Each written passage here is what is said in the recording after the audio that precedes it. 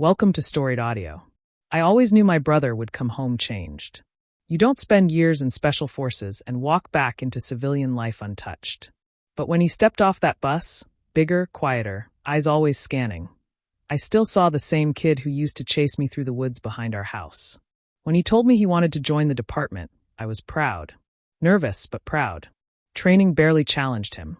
He moved through every drill like he'd done it 1,000 times.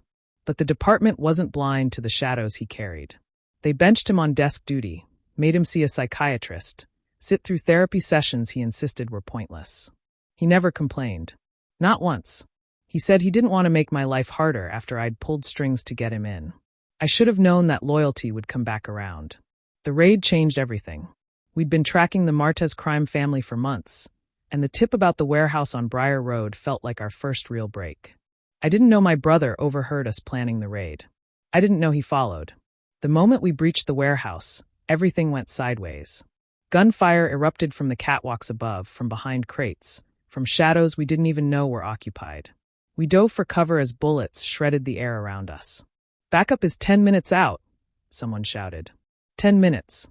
We didn't have 10 seconds. My heart hammered, not from fear of dying, but from the thought of leaving my brother behind without even saying goodbye. Then the screaming started. Not ours. Theirs. Short, sharp bursts of gunfire echoed through the warehouse, but none of it was aimed at us.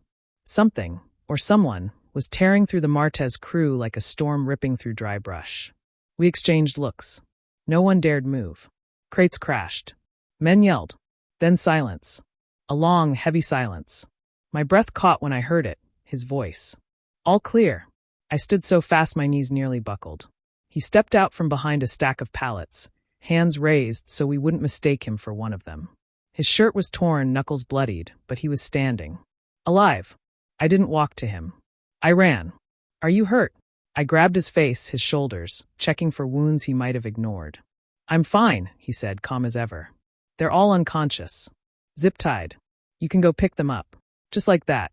Like he'd taken out an entire crime family on his lunch break. Relief hit me so hard my eyes burned.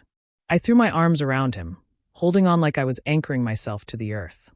"Thank you," I whispered into his shoulder. "You saved us."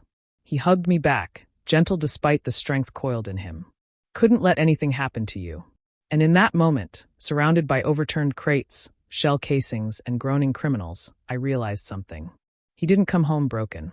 He came home still fighting for the people he loved. Subscribe to the channel for more audio stories.